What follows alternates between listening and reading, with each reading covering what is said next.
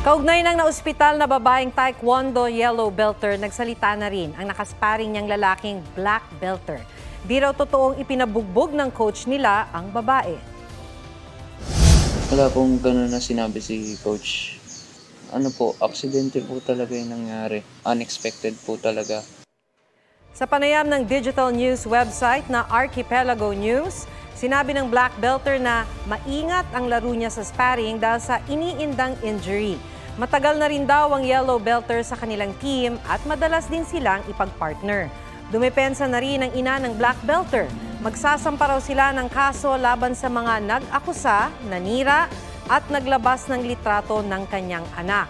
Ang ina naman ng yellow belter ipauubaya raw sa mga otoridad at kinauukulan ang interpretasyon sa sparring video.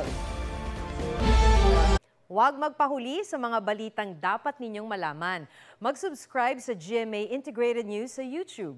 Sa mga kapuso abroad, subaybayan nyo kami sa GMA Pinoy TV at sa www.gmanews.tv.